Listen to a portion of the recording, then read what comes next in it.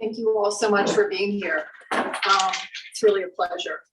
I'm going to start with a poem that is in the new book and that is connected to the cover.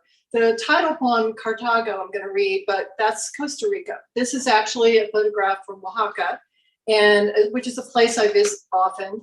And a few years ago, I was there, and there was an exhibit of the letters of Frida Kahlo to her doctor about her deep, deep longing to have a child, which was never possible for her because of the accident she'd had as a young woman. So this poem came out of going to see that exhibit and being in Oaxaca.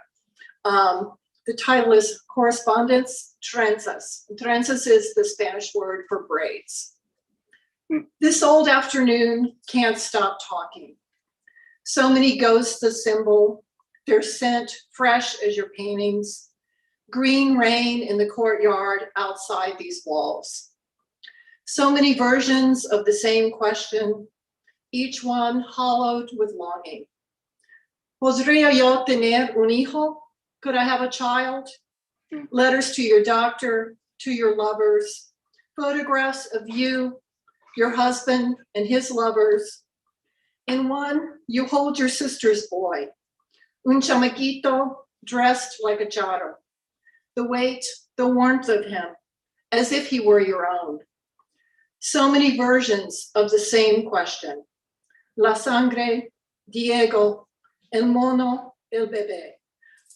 So many failures, none of them really yours. This afternoon grows old with names. So come with us, estimada Frida. Had you really wanted so much? Come with us, out into the city's unruly elegance, joining the procession we've all been waiting for. Come out with us into your mother's ancient city, its graffitied beauty, this waning day where a battered off-key trumpet leads us on, and streets wind through cobbled neighborhoods, festooned doorways crowded with flowers. And look, rows of young women marching up ahead, black as their eyes, their identical braids wound with brilliant ribbons urge you to come out into this twinned tenderness, these lines of daughters, each of them now yours. 1,000 reinventions of the wanted child. There's only a little time. We must move slowly, trailing faithfully behind La Virgen, who rides in grandeur on her flatbed truck, holding tight her son, her other hand stretched out toward us, and offering what we know is ours. Water behind the dust, purpled clouds shot through with light, and another morning when the doves will sound again from the neighbor's roof, and roses, just visible now. See them there beyond the far indifferent hills. The second poem is actually set in Cartago, which is a town in Costa Rica where in 1635, a young woman found a black stone in the shape of the Virgin Mary, and it became a basilica site, and it's a place where many people go for healing. And I was there some years ago, and this is a poem from my daughter, and it is about something that happened, or that I believe happened, when I was visiting the shrine there. Such have been their miracles, such their devotions. Amid the walls adorned with pressed tin hearts, a pair of yellow crutches is propped up against the door. All wintry failures washed away. Before there were these walls adorned with tiny hearts, a young girl spied the Black Madonna carved of black stone. Now yellow crutches lean against the door beside the moss green pool where the broken dip their hands. A young girl saw La Negrita, rough Madonna made of stone, and that afternoon I touched the stone beside the mossy pool where the seekers dipped their hands. Outside, the white-faced moon was visible. I pressed my hand against the hard black stone, The din of the congregants spun to silence, but the white-faced moon was still visible when I heard a voice. The noise of the congregants spun to silence. It was you I heard, your voice calling, Mama, Mama, small, implacable soul. It was you I heard, daughter I knew before I knew you, your eager, unrelenting soul, calling out to me from across the distant water. Daughter I knew before I knew you, I can tell you, these daily miracles, these devotions call to us from across far waters, waters where all our wintry failures are washed away.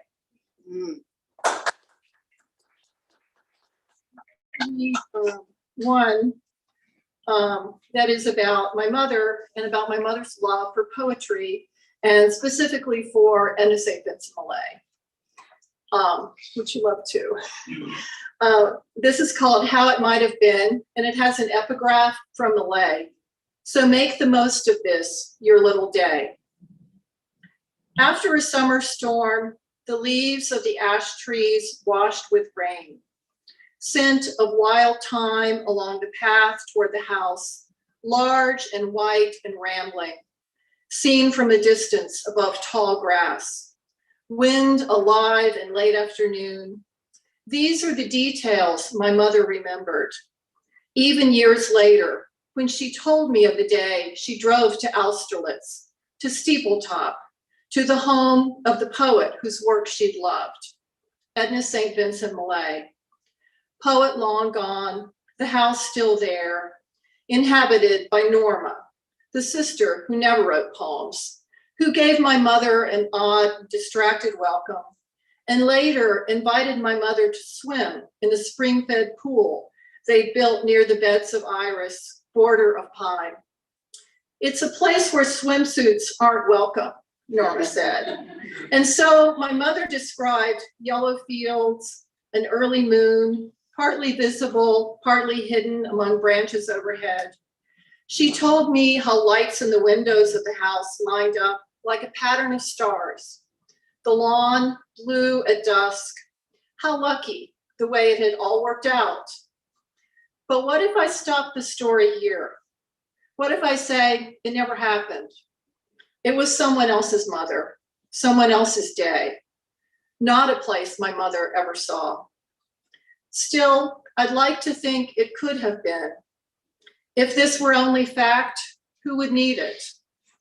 I'd like to see my mother there on the last night, not trapped in her drab room, the useless drugs, the tumor that wouldn't stop. Perhaps she recites Millay as she swims. I will not flaw perfection with my grief. Handsome this day, no matter who has died. Birds are noisy as light begins to fade. The pool dark with longing, with her leaving. Her arms rise above the surface. Her strokes, as always, slow and beautiful. Water made warmer by the cool evening air. I'm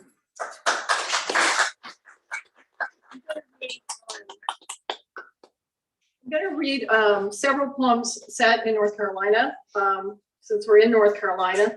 And growing up in or living part of my early childhood in North Carolina, I had to study North Carolina history in the second grade.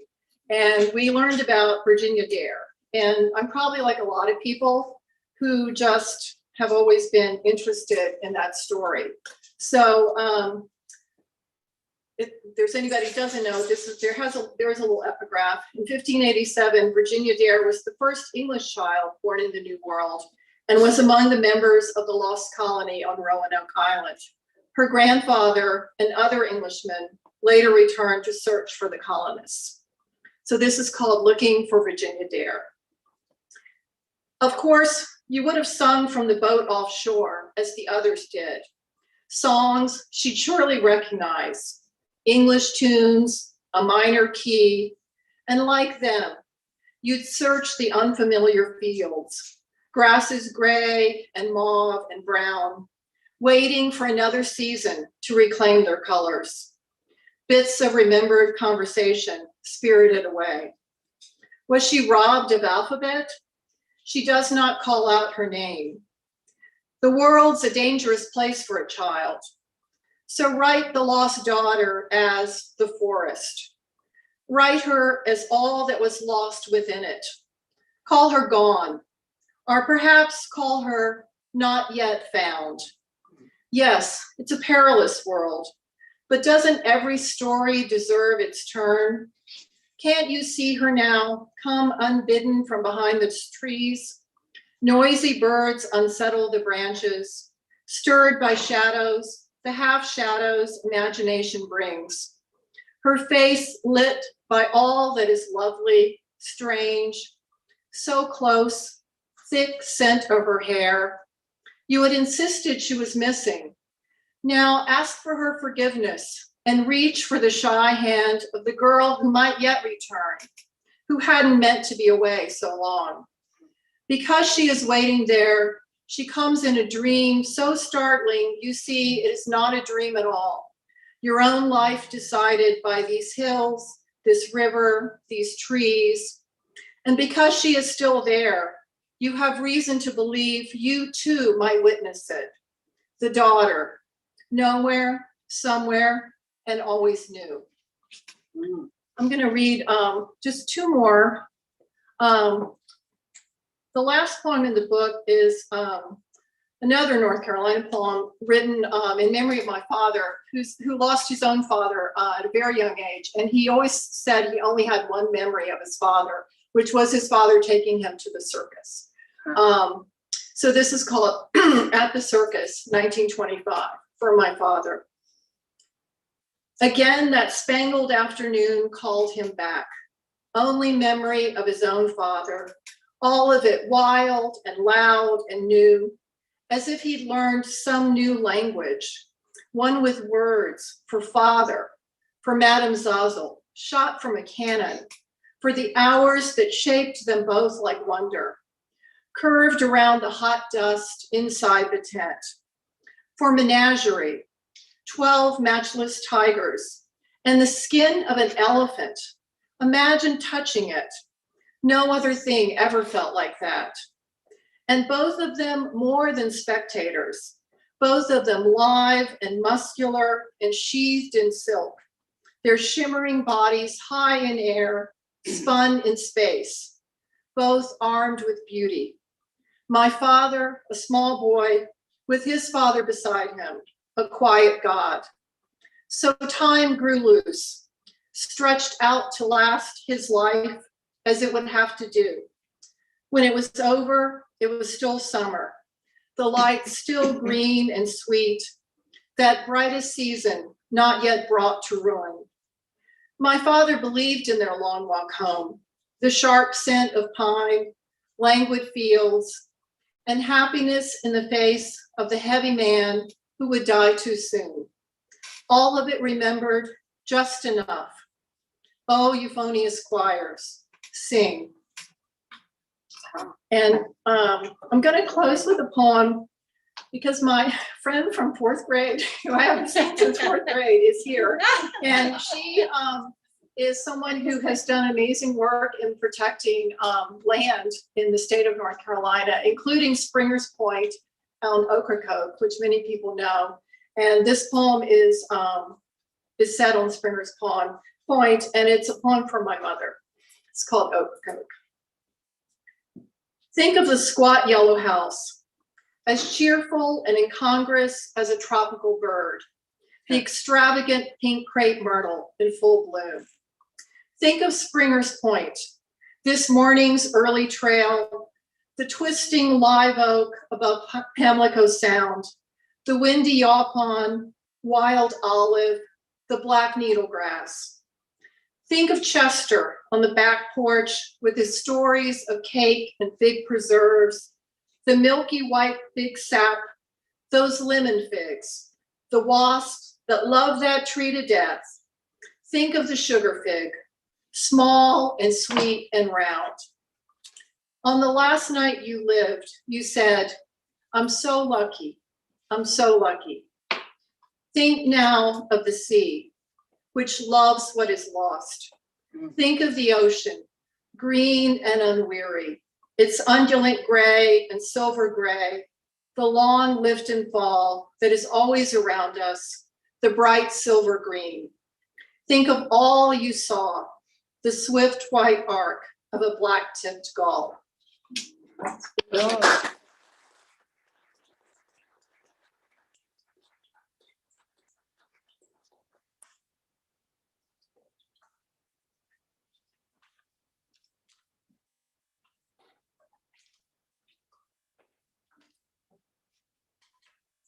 Dear If is both reverent and irreverent, and there are samples of both and all the things between, probably, that I'll be reading. Blackbirds for Raul Mayagorgia, my fourth grade crush. You hummed the San Pedro blues in Sister Leona's class, your basso profundo and undertow. The beat was D-fib, erratic as the solos you scribbled in trig on 5-bar graph paper before Sister caught and hauled you to the principal, who pulled off his belt and let you have it like Paul, his favorite apostle, would have if he could. But you came back humming, there's a pot of blues, strung the graph papers, little cages, till a score showed up, one-winged blackbirds.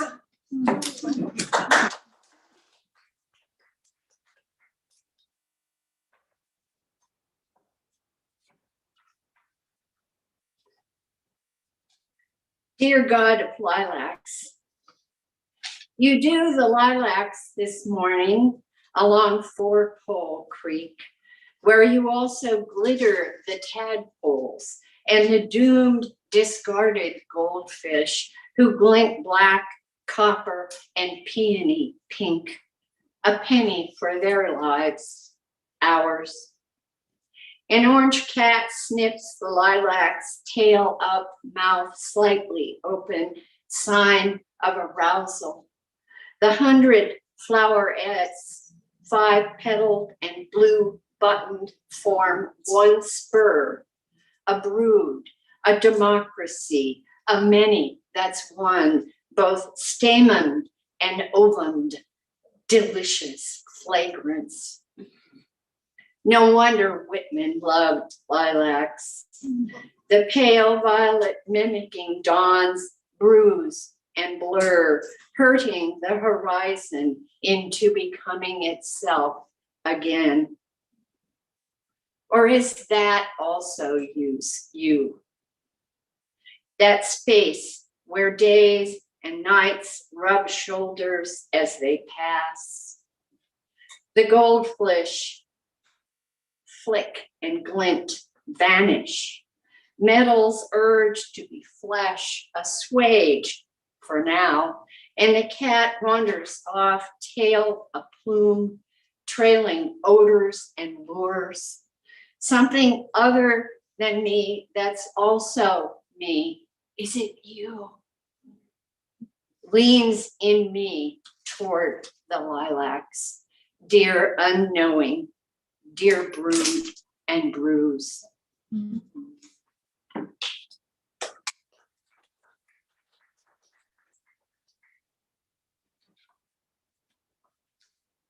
Dear Old Testament God, with apologies to Jessica Jacobs, who actually knows things about the Old Testament.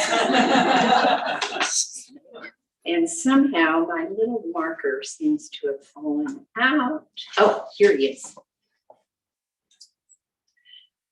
We've imagined you the burning bush Moses witnessed, sign of your passion to be voice alone, nameless, bodiless, but only as fire is.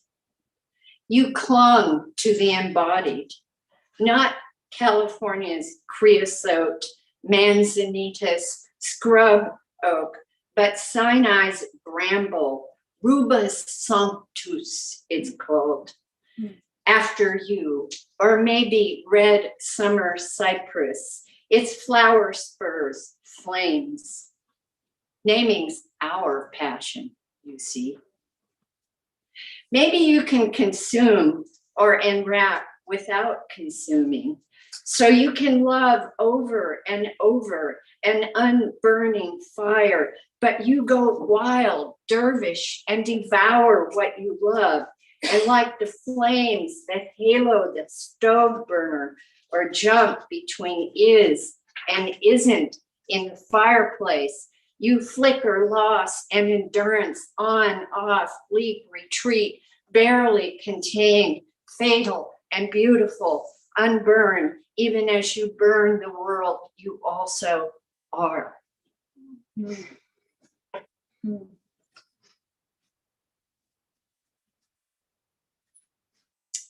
There's a long poem in this book that I'm very fond of, to Mary of Nazareth, who the poem itself was a blessing from Dira, whatever, because it came in like within a week and a half or so. And I'm going to read the last section, which is called Another Ascension. It's preceded by an ekphrastic poem on Titian's Ascension of Mary, and refers to an apostle in that painting who is larger than the rest and is reaching up, and is reaching up. And I interpret that as his saying, come back. It also refers to a skeleton flower, which is an actual, it also refers to a skeleton flower, which is an actual Appalachian wildflower that turns transparent when it's wet. Another ascension. She rises from the abandoned lot where ragweed, wild violet, and condoms like used daylilies grow, where bachelors have lost their blue buttons and rain broods on the grass like beads the Trappist monks made from old glass. Thomas Merton lived in their monastery, Gethsemane, not 90 miles from home. His poems tended towards Zen. You can burn the flute, but not the notes, says large mind, misquoting Galway Canal. Don't count your beads before they're hatched, says small mind, echoing my mother. The five crows strung on the phone wire quote themselves and look like whole notes. Everything owes the crows but Mary, even the skeleton flowers. Each petal now a see-through flat cup. The rain turns them to rain. She bends and tongues one. Now she is rain. The woods know her patter. The leaves' vibrato repeats her. Come back, said Titian's apostle, his whole body beseeching. Blood call to blood. She is falling and flying, a zillion curved surfaces, the open touches all over. She taps her litany of ellipses on our roofs for answer. Makes tin a timpani, slates gray a drum. She tongues and slurs the wild violets, the naked ladies' down-tipped trombones. The summer convections lift her to a mist, a brood of beads, a confusion of clarities. Sometimes before rain, the ghost hawk furrows her blue and keens its greeting, warns or grieves the high blue note like light hail. It stings and singes the longing cups of our ears.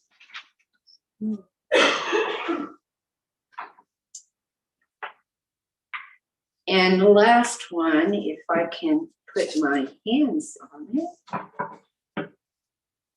Sorry, I got very vibey reading tonight, I'm sorry.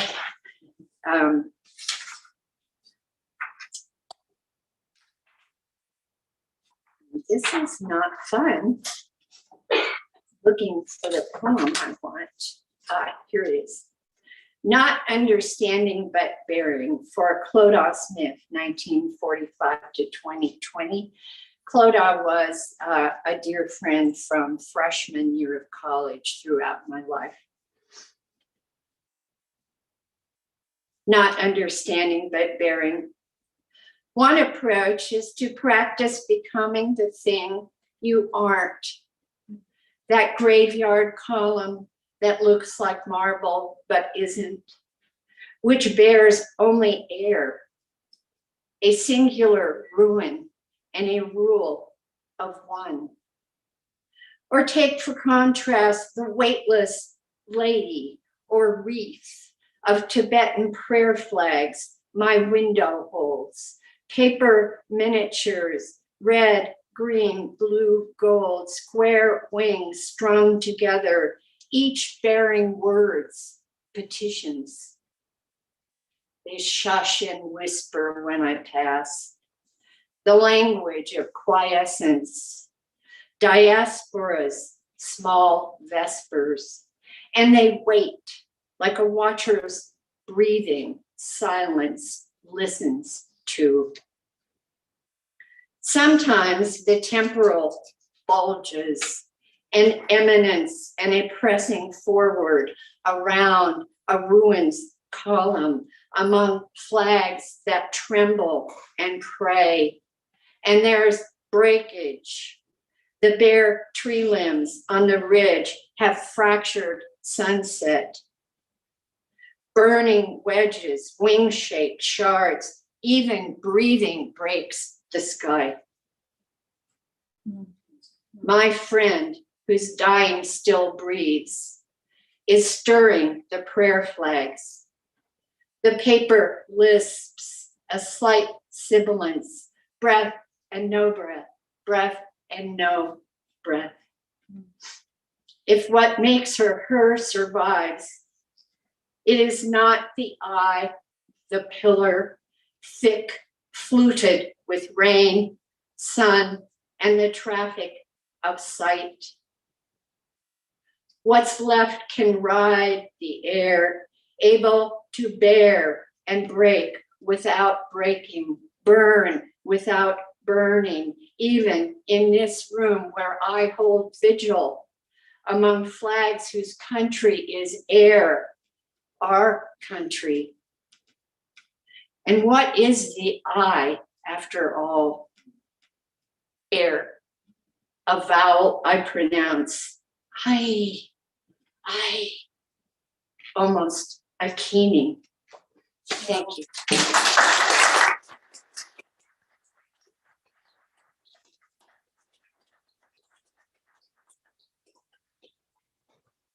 Should have gone second. Should have gone last. Thank you, everybody, for being here. It's really lovely to meet some people. I feel like Facebook is so bizarre. It's like everybody has their own little celebrity television channel. And then thanks, Stephanie, very much for hosting us. I really appreciate it very much. And thanks, Margaret, for giving me my line of the night. So I'm going to read prose fiction. Your line I had to write down, if this were only fact, who would need it? Yes. I just really love that. I'm going to just read off the back of the book.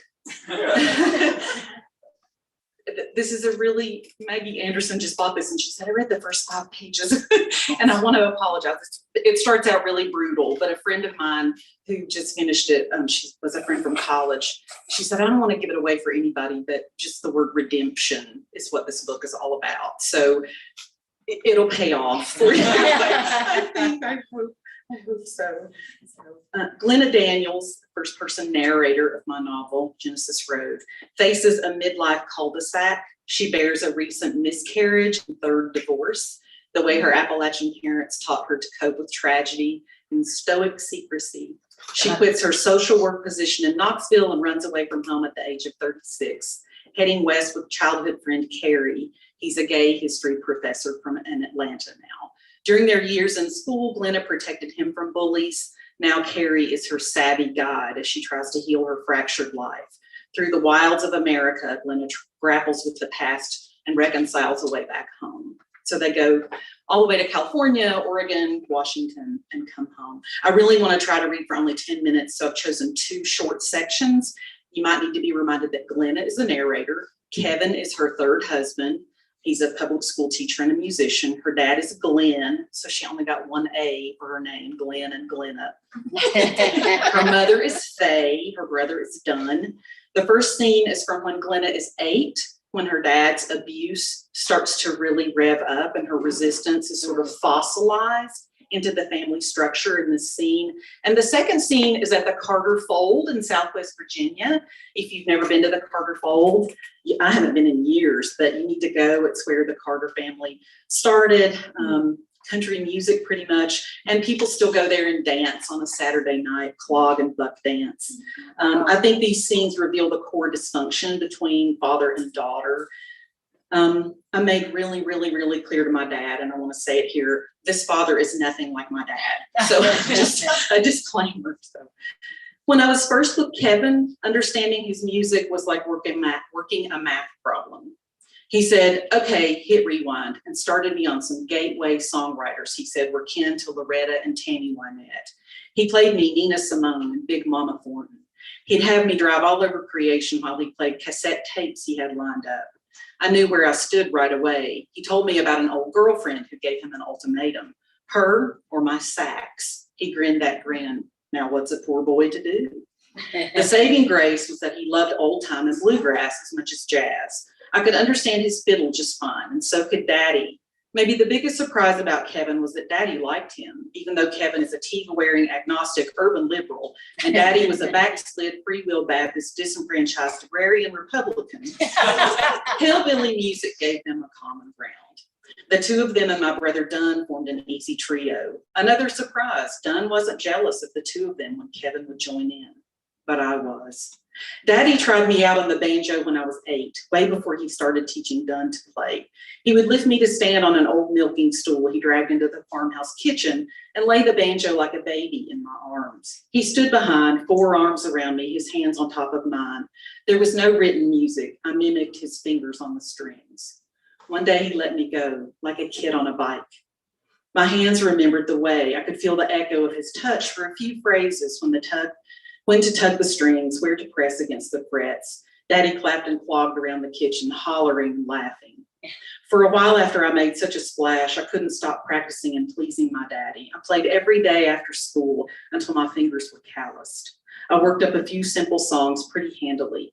I loved how the tones vibrated into my rib cage. When I held that banjo against me, it warmed up like Daddy had, proud of me, happy. I could make wood and metal and strings happy. So there was no telling where my first power might carry me. By summer, I was sitting comfortably with the banjo on my lap.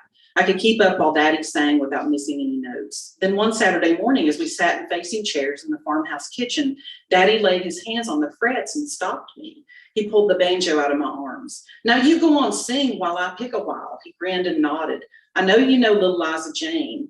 There flared up a hot realization, how mute I'd sat all those weeks. I had never sung along before. My throat seized up with nerves. The words were easy to say from memory, but I was a rusty pipe. You ain't singing, sister. You can't just talk out the verses. Sing, girl. Daddy started over on the banjo and I cleared my throat. I was used to singing hymns in church with adult voices layered over mine. To sing alone was terrifying, but I tried to let the notes rise up simple as breath out of my chest. There was only Daddy, after all, smiling over his banjo. Whoa, whoa, sister, back up and try again. He laughed and started over a second time. I pushed the song up out of me. He stopped playing again, doubled over, laughing. He set the banjo on the kitchen table and hopped around laughing until tears beaded up on his cheeks. Lord God, Faye, come here, listen at this young. I refused to sing for her. He told Mama I couldn't carry a tune in a bucket. He laughed at me and she started giggling too with a nervous question on her face.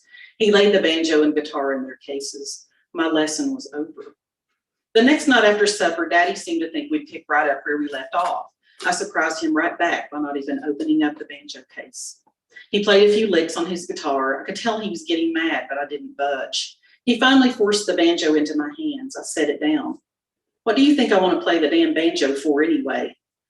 He slapped me for sassing, and then he smacked me again for cussing him. I know what I said. The same thing I said the morning before he died, that I didn't have to take his shit. He yanked a hank of hair out of my scalp that night, the first time. When I wouldn't budge, he made me sit on the milking stool, holding the banjo until my arms were shaking. I nearly fell off in my sleep after he made Mama come to bed and leave me. But I never plucked one more string. Who finally carried me to bed, I never asked or remembered. When I got up the next morning, the banjo was in its case, leaning in the corner like a punished child. This is the Carter fold section.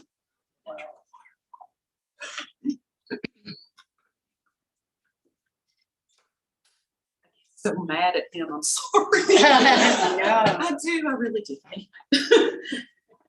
Daddy danced like lots of the other buck dancers by himself. He was red-faced and sweaty. He had made Mama go out for one good two-step, but she had been on her feet all morning at the beauty shop. As if he had a miracle cure, his bum leg now worked just fine. He was suddenly a face in the crowd I barely remembered, dancing the old way, evolved from ancient Scots-Irish reels. His upper body tucked loosely into itself, head and neck and torso and arms held still while he worked his feet. He lifted his knees at the high notes, and his thick legs jolted in their disjointed jerk. His hands hung limp and harmless at his sides. At the end of each song, the dancers dispersed. Most of them barely retook their seats before another song tempted them back. We clapped as Daddy came heaving back up the sloping aisle. He reached for me just as the next song started and pulled me up by the arm before I could resist. We did a tug of war in the aisle until he had me laughing. Listen, sister, let's just go round once. They're tuning up for Little Liza Jane. Remember when you used to play that one on the old banjo we had? That sobered me and I pulled back and sat down. You know I never could play. He sat with a thud beside me, breathing hard. His face was a question. Why, I know good and well you did. He laughed at Kevin across me. She said a banjo wasn't good for nothing but making a hillbilly racket, but she sure made it sing. I never said that. He laughed. You should have stuck with it, sister. Never stuck with nothing. Throwed off the banjo, and then it was on the baton, and then it was wanting to be in the damn Girl Scouts all the way to Morristown and back. But you played basketball in high school for a good while. I knew about the basketball, Kevin said to me. But you never told me you picked a banjo. I never was a bit of good at it, I said. That's why. The hell you wasn't, Daddy said. He leaned toward Kevin again. I swear I never seen such a girl, Kevin. She was playing songs on that banjo. It took me 3 years to figure out. Don't you remember, sister? He slapped my thigh and squeezed my knee. Kevin's look went back and forth. He beamed at Daddy and then looked at me like somebody might an animal they'd never spotted before. Don't believe a word out of his mouth, I said to Kevin. I'm not just being humble. He knows it was all his doing. He'd stand behind me and play the notes with my fingers. I never done it. Daddy looked truly hurt. Now, who doesn't remember? I tried a weak laugh to keep the peace, to keep from wading into my own history too deep. He shrugged at Kevin, stubborn as a mule, bullheaded. But that's why you was good at it, sister. Why, hell, you could have. Kevin, she could have been as good as that girl up there. She was that good, I reckon. Kevin smiled at me proudly, but he rearranged his face when he saw my expression. Daddy didn't remember his hands helping me get my music out of those burning strings, pressing my fingers until they hurt. He didn't remember teaching me to breathe when he breathed, to steady my back against his chest. That was the closest we ever held one another, hours and hours with his arms around me. Maybe he didn't remember making fun of my brave, awful voice. Daddy stood up. You forget how to dance too? He held out his big empty palm, the same palm that slapped me, that curled into a fist and hit Mama, hit Dunn. Had he made more havoc than music?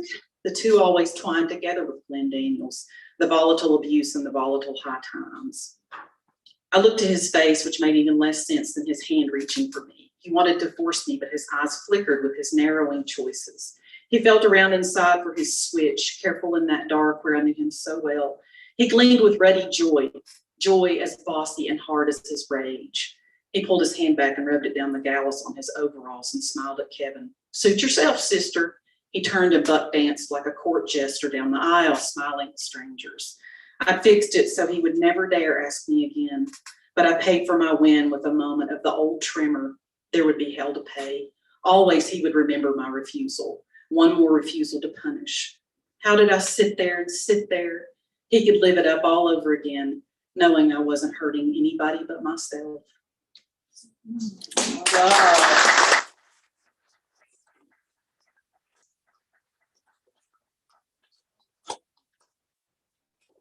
Thank you so much for those wonderful readings.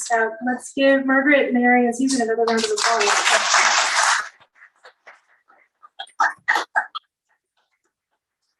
And now we've got some time for questions, and we'll start with the folks here with us at Malaprops, and a reminder to the folks at home to ask your questions in our chat or via email, and I'll be able to pull them up on the computer right here, so ask away.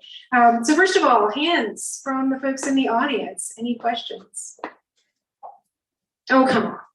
I have a question for Mary. Perfect. And I haven't read your book yet. It hasn't been out as long. But do you remember the inception of this idea for Dear If, and how long did it take from when you first thought of it to the manuscript? It was an unusual process for me. Thanks for asking. In that I usually just write poems until there's a bunch and make them maybe into a book and then write more. The concept for Dear If came in April 2018 when I was doing writing a poem a day thing by myself. And on about the 5th day, I wanted to start something with deer. And somehow I think I had already been trying to address my weird issues with God, the belief and yet disbelief and nostalgia. And suddenly, Dear If, that phrase was there. And so I began addressing all the things that God could be if he existed, like the lilacs, the goldfish, the rose of Sharon, the kingfisher. And so I wrote quite a few poems in that April. And then the Long Mary poem came much later, after I knew I had something.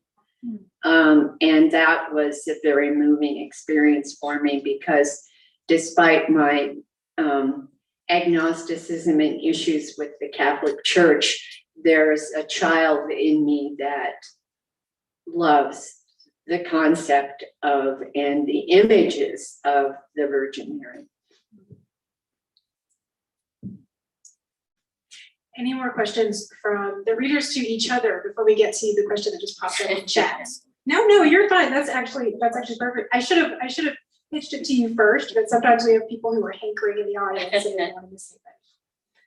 So, okay. So we do have one, and that you can always chime in. So feel free. I'm going to go ahead and go to our at-home question, and then folks here be thinking. So Mary, the textures of sound in your poems are so complex and gorgeous. Do you tend to read aloud to yourself when drafting so that you can hear and test all of the music happening? And I think that's a fair question for all of you. Yeah, it is a good question for any poet, and all of you two are very musical too.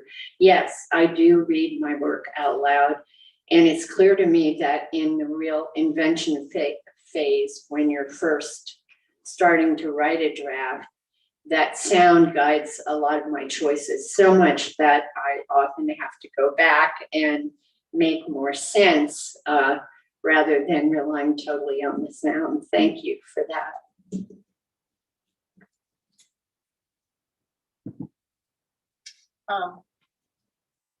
Yeah, I would just say sort of the same as Mary. I write a lot by my ear, and then sometimes have to step back and say there's too much music going on here. It's a little distracting. So that balancing act between. But I'm really, really drawn to writers like Mary who really have a beautiful sonic sense in what they're writing.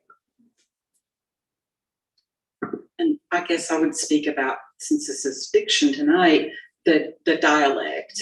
And that's one reason I picked these sections, because if there are 3 readers, it's a lot to listen to, and we're more used to conversation. And so I picked a very conversational piece tonight. But I don't know that I hope I got the dialect right. I think I did. I worked pretty hard at it. And I don't think that I could have gotten it when I sounded like that, because I used to sound like that, I think. I have an assignment I give my students, my fiction writers, to go out and eavesdrop, but not get in trouble. But I tell them it's a really great place to go in our town is like Waffle House at 2 a.m. Well, great is a relative term, probably. But great for eavesdropping. Yes. Yeah.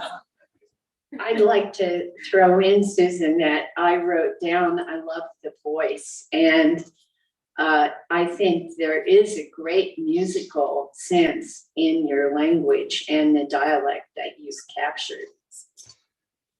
I'd just like to add that I think you did a dialect really, really well. I haven't heard people talk like that in about 30 years. I know. I miss it. Yeah.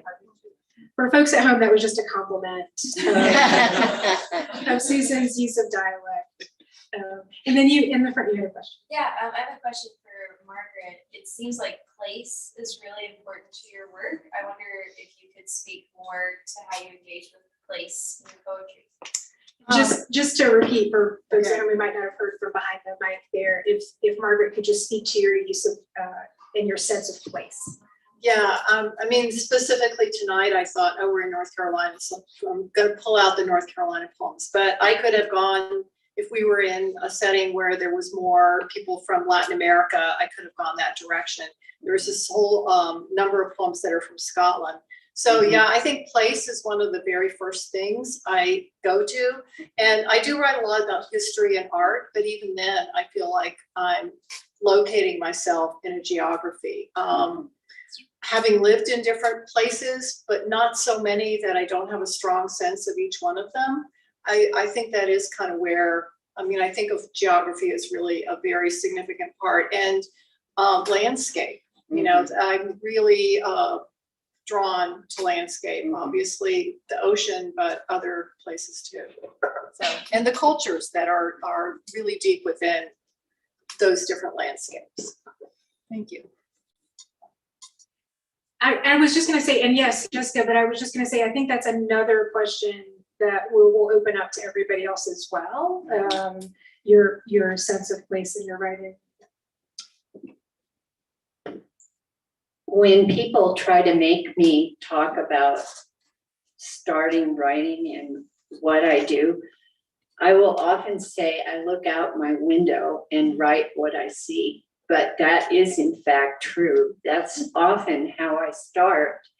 And if I'm lucky, something in a turn of phrase or in a specific image will take me into something that could be a poem. But place is everything. California for you. Yeah, and for me, it's both California and Appalachia. It's like echolocation or something. Yeah. I mean, I really think that. This book took me years because it's so much about Appalachia, but it's also through so many national parks and so many landscapes in the United States. I say the shortest shorthand to describe this novel is Appalachia meets America, because you have this person who's never been anywhere before very much. So, but I pored over slides we had taken, and I wanted to get the places just right. I'm sure that if you went to some of those places in New Mexico or Oregon or wherever now, they're very different probably, which is kind of sad maybe, but I worked really hard to get that exactly right, as much as I could. Thank you. And we have another question from the audience here. So for Susan as the lone fictioneer tonight, the open to all of you, I'm wondering if you could just talk a little bit about the movement between genres and how they inform each other. And I'll just repeat that. And the question is to Susan to talk about the movement between genres, poetry and fiction, and how they inform each other. Do you have like a month? I used to think I could get up in the mornings and write poetry and then write fiction in the evenings. And then I really started believing Fred Chappell, my old mentor, who said Fred is like, if you know his work, so masterful. Essays, scholarship, poetry, novels, short fiction. But I found that I really have to put one aside to do the other one.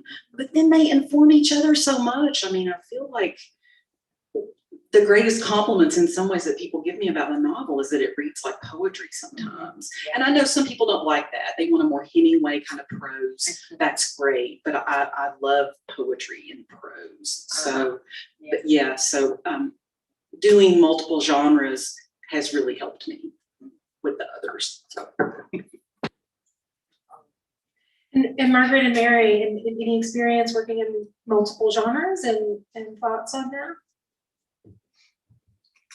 My only experience with that is writing literary criticism and poetry when I was a professor, and writing literary criticism the way I did, which was unfashionably close readings of poetry by women, inspired me.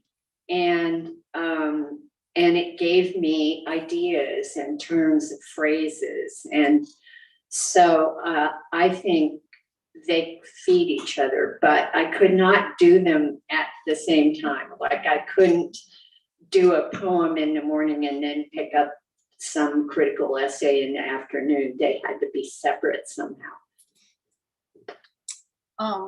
In terms of creative writing, I'm only writing poetry, but I'm actually back in graduate school once again. And I'm actually having such a wonderful time doing academic writing because it's sort of like a different muscle. And there's something about language, just using language in different ways, and also getting to engage not with my text, but with other people's texts is so much fun. So I think I'm the only person in the classroom when the professor says, here's a new paper. I'm like, yes. So. That's great. It looks like we have one more from the at-home audience, and we're at the top of the hour, so we'll make that our last question for this evening. Oh, okay. So this is from Margaret, and it's, how are your seminary studies affecting your poetry?